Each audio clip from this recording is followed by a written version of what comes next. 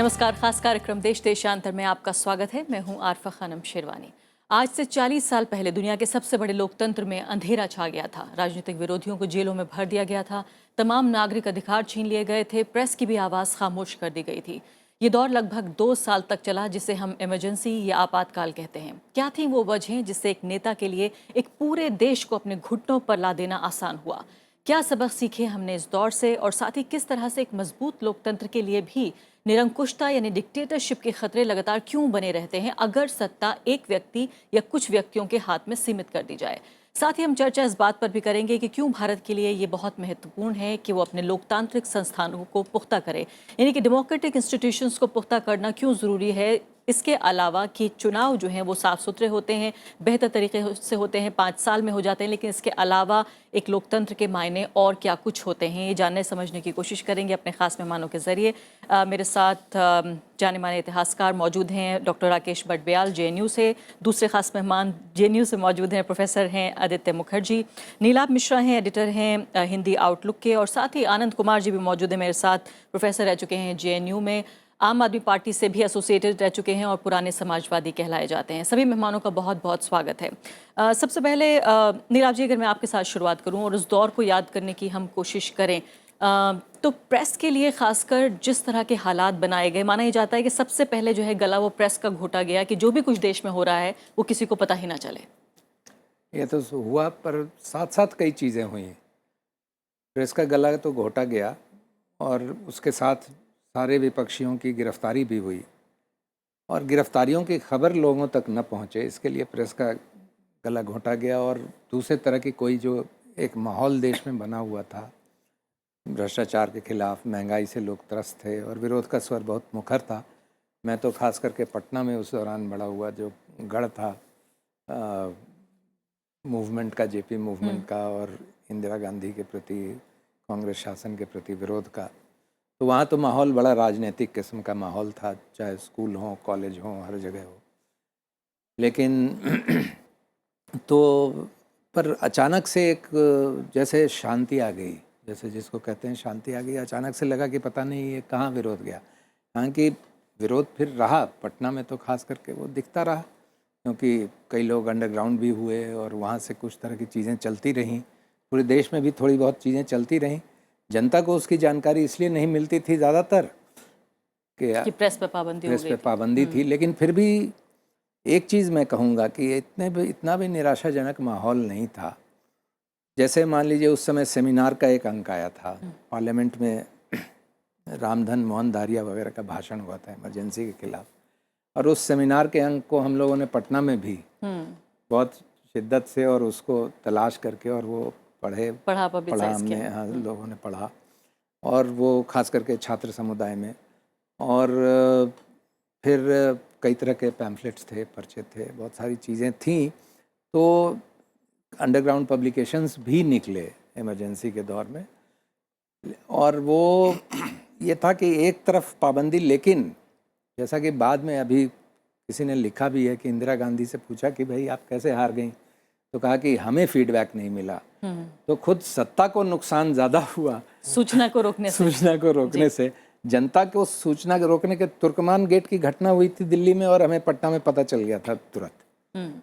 Professor Aditya Mukherjee, ये बताइए कि उन हालात को तो हम चाहे बुरे दिल से ही सही लेकिन याद ज़रूर करेंगे, ये सबक लेने के लिए कि आज क्या कुछ ऐसा किया जाना चाहिए ताकि उन हालात में हम वापस ना पहुँचें। क्या कुछ ऐसा हुआ था वाकई? क्या आपको लगता है ये सत्ता की सिर्फ एक लोलुपता थी जिसकी वजह से इमरजेंसी लगाई गई, या और कौन से कैसे हालात थे कि एक खासकर व्यक्ति ने या एक पॉलिटिकल पार्टी ने, शायद सभी लोग शामिल भी नहीं थे इस फैसले में, एक पूरे देश को किस तरह से जेल में तब्दील कर दिया? आपने जो पहला सेंटेंस कहा बिल्कुल ठीक, कि इससे अगर हमको कोई सबक लेना है तो हमें फिर पूरा जो उस वक्त हुआ उसको देखना है। सिर्फ एक हेट मॉन्गरिंग या एक बंदे को रिस्पॉन्सिबल करके हिस्टोरिकल अंडरस्टैंडिंग उस पीरियड की नहीं हो सकती है। हमें देखना है कि ये इमरजेंसी वाली सिचुएशन हुई क्यों, उस वक्त किस किस्म का मूवमेंट खड़ा हुआ। जो अपोजिशन मूवमेंट भी थी जिसको जेपी मूवमेंट कहते हैं, पर हालांकि उसमें आरएसएस और बीजेपी बहुत स्ट्रांग थे।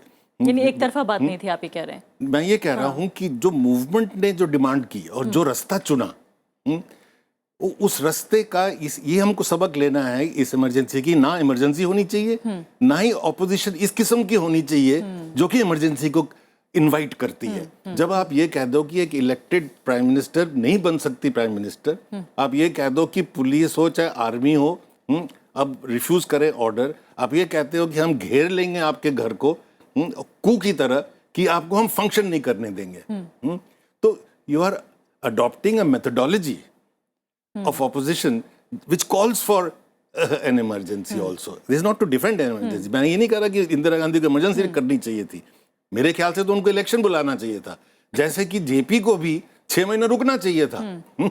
पर उनका ये डिसीजन ले लेना from a supreme court judgment which did not say कि she can't be prime minister. Supreme court का जो वेकेशन जज जस्टिस अय्यर का जो जजमेंट था, उन्होंने तो सिर्फ ये कहा था कि वो प्राइम मिनिस्टर चल रह सकती हैं, पार्लियामेंट में सब कुछ कर सकती हैं, सिर्फ वोट नहीं कर सकती। That was the only thing.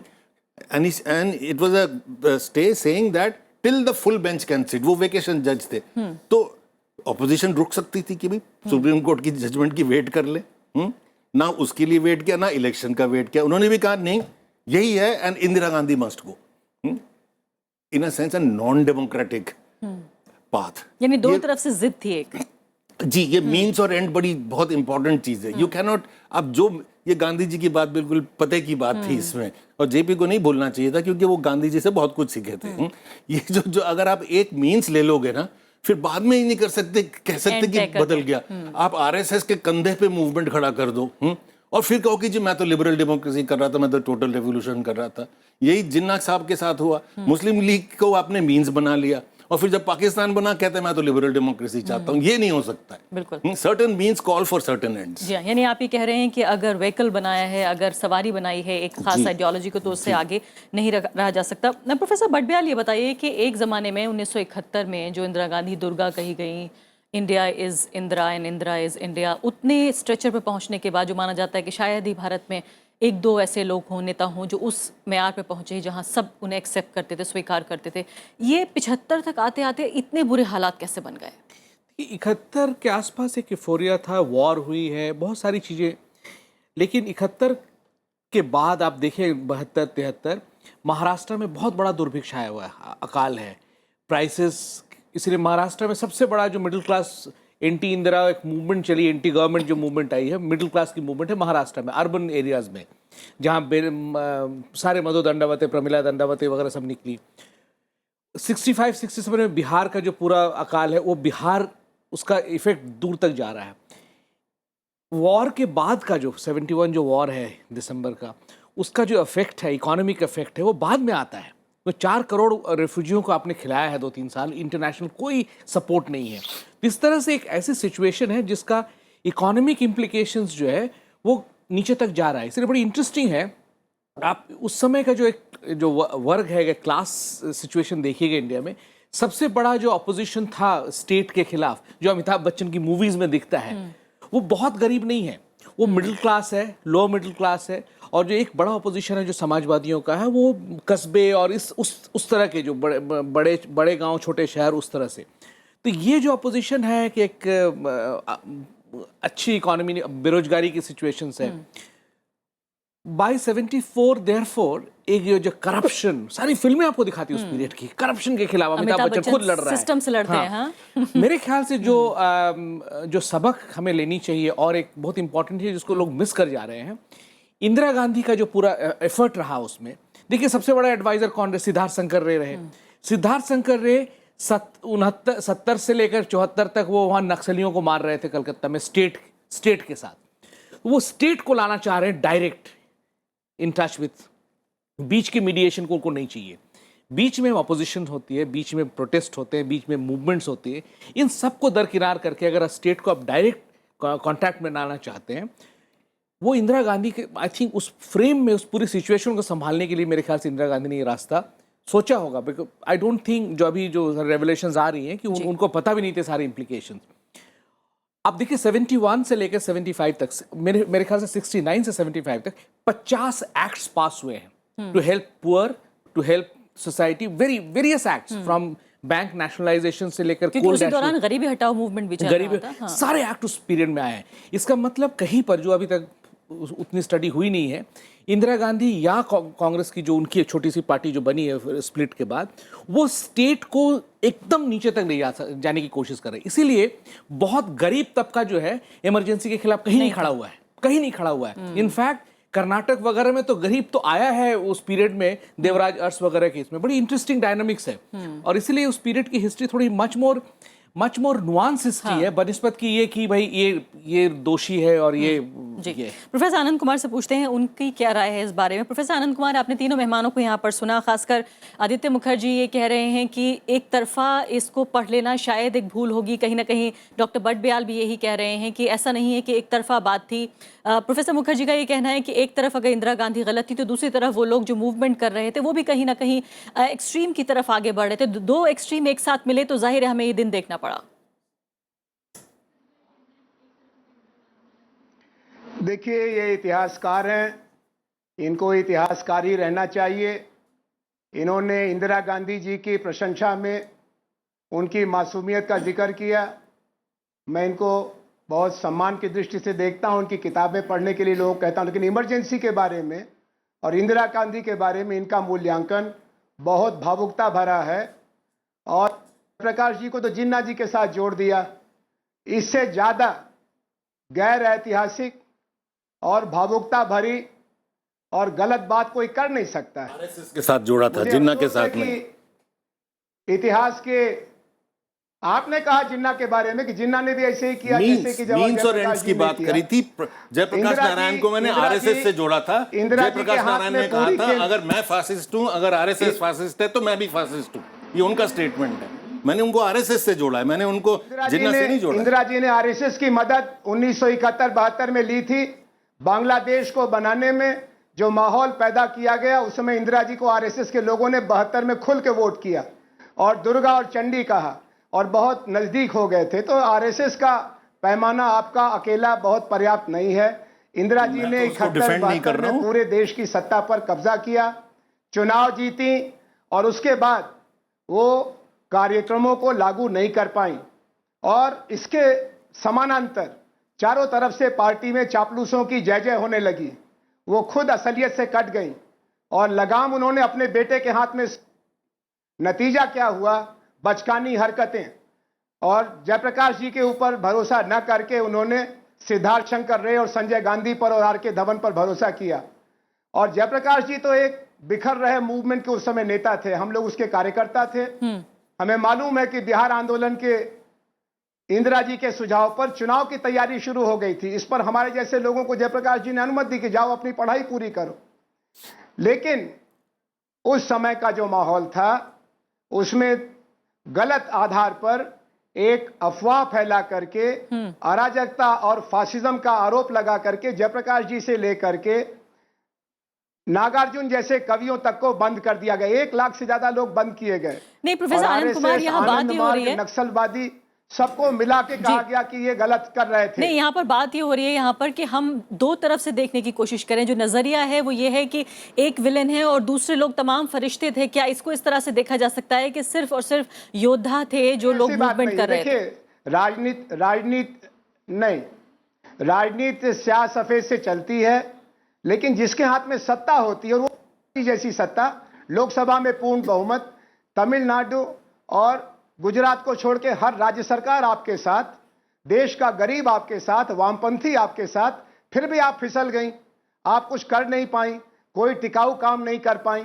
और जब बात हाथ से निकलने लगी और जयप्रकाश जी जैसे देशभक्त ने उनको इशारा किया, समझाने की कोशिश की कि तुम जुडिशरी को कब्जे में लाने की कोशिश कर रही हो, तुम पैसे का इस्तेमाल करने का रास्ता खोल रही हो, बजाय सुधारों के वो तनाव में चली गई। जयप्रकाश जी के सुझाव को अगर माना होता तो देश में लोकतांत्रिक सुधार होते, चुनाव सुधार होते और आज जो काला धन, क्रोनी कैपिटलिज्म और नरेंद्र मोदी जैसा एक जबरदस्त सत्ता पर काबिज एक जमात का नेता, ये होता नहीं। जी ठीक है प्रोफेसर आनंद कुमार, वापस लौटती हूँ और शायद इसीलिए हम कार्यक्रम भी हमने यहाँ रखा है कि ये देख सकें कि अपने कल से हम आज क्या सबक ले सकते हैं जिससे हमारा आने वाला कल बेहतर हो सके।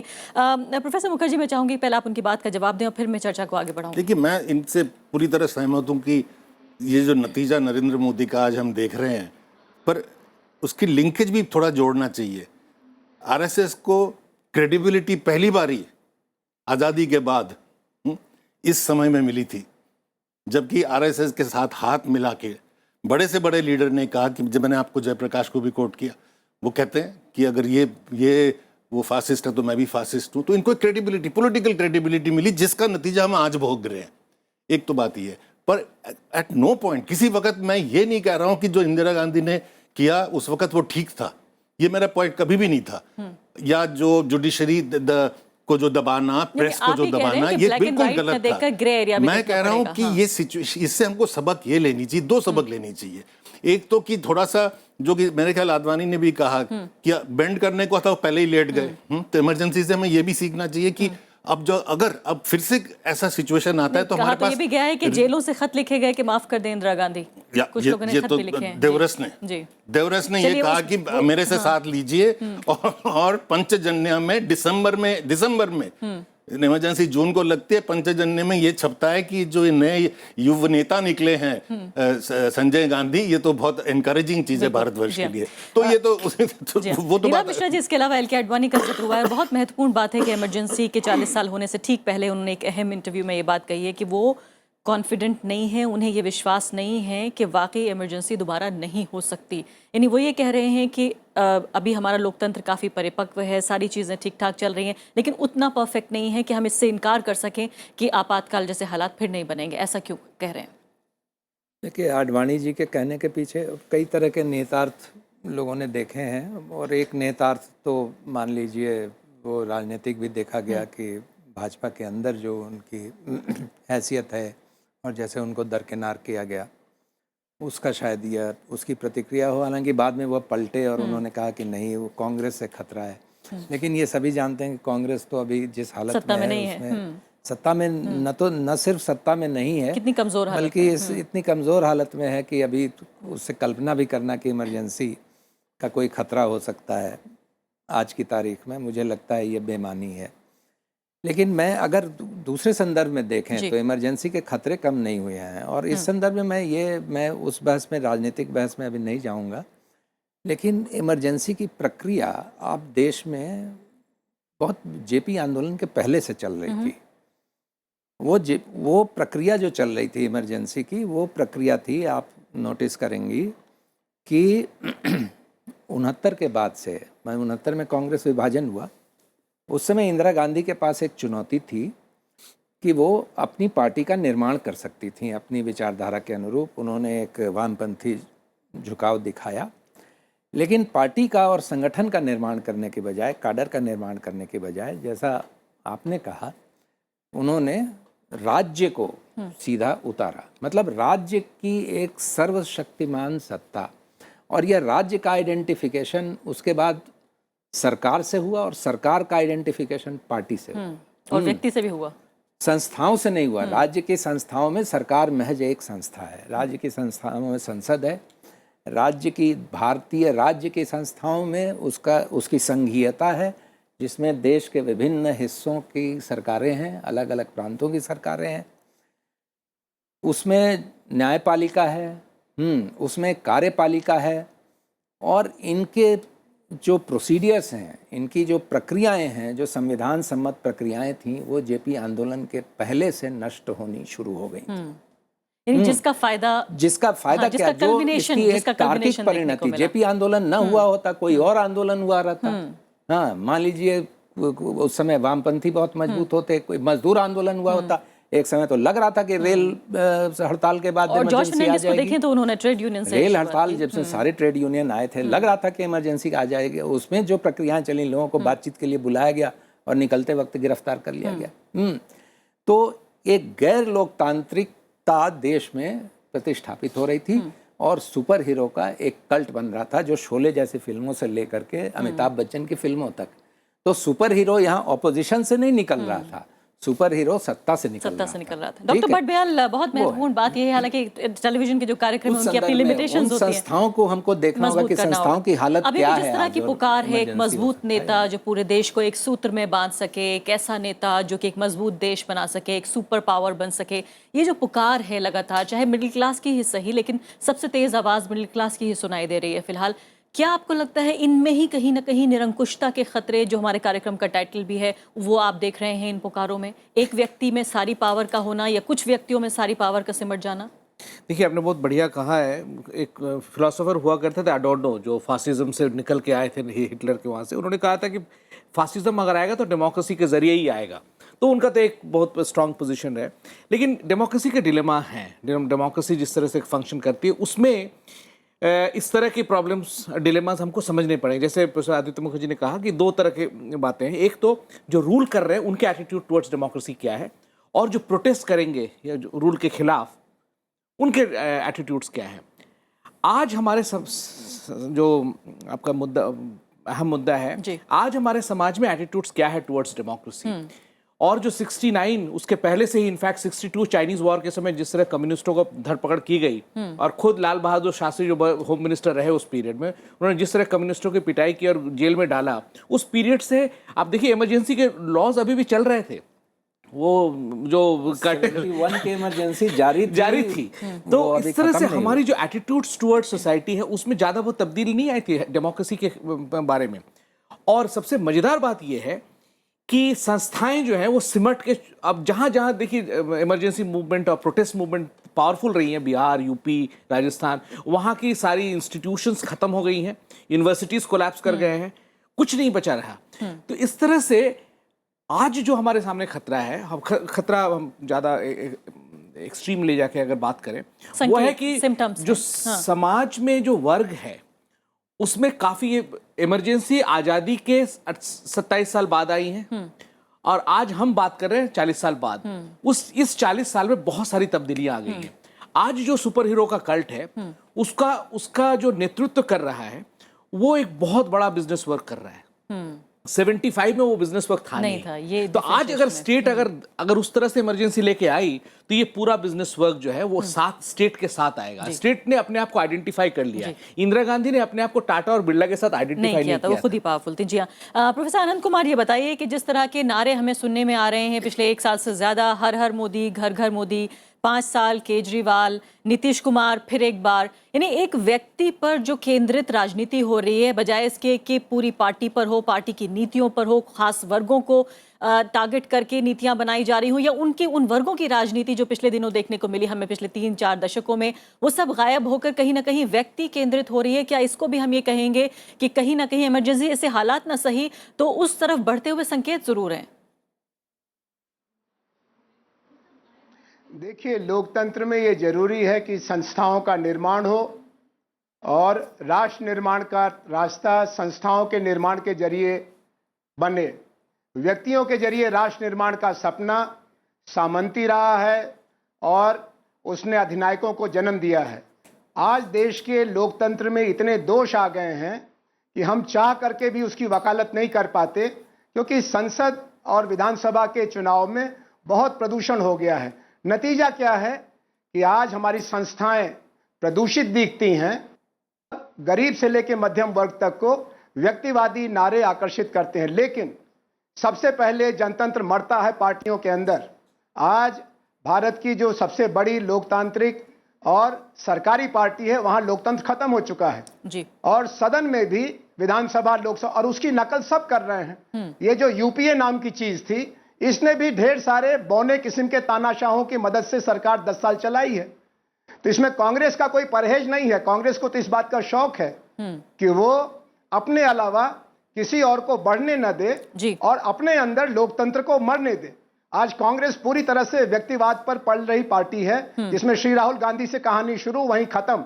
इसलिए नरेंद्र मोदी का आना आरएसएस की साजिश नहीं है, ये कांग्रेस की बोए हुए खेती है जिसको नरेंद्र मोदी काट रहे हैं। लेकिन खतरा बहुत गंभीर है, क्योंकि आप संस्थाओं को कमजोर कर रहे हैं।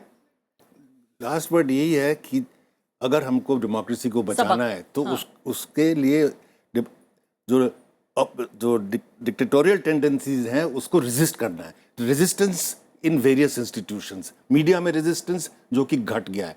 तो ये कहना कि कोई डेंजर नहीं है, हमको एक इनॉकुलेशन लग गई इमरजेंसी की, दोबारा नहीं लग सकती, वो बिल्कुल ठीक नहीं है। मीडिया में रेजिस्टेंस कम है, एजुकेशन सिस्टम में रेजिस्टेंस कम है, जुडिशरी का हाल देख रहे हैं आप, so it is not as if कि हमको कोई इनॉकुलेशन लग चुकी है, we have to be very vigilant. बिल्कुल जी हाँ, सभी मेहमानों का बहुत बहुत शुक्रिया। तो साफ तौर पर राजमोहन गांधी ने जिस तरह से आज एक बहुत ही खूबसूरत लेख में कहा है कि जिन लोगों ने अपनी आवाज़ खोई है, जिन्होंने अपनी आज़ादी खोई है, शायद उस आज़ादी, उस आवाज़ की कीमत जो है वही लोग सबसे बेहतर समझ सकते हैं और शायद हम ही समझ सकते हैं। इसी के साथ अभी के लिए इतना ही, नमस्कार।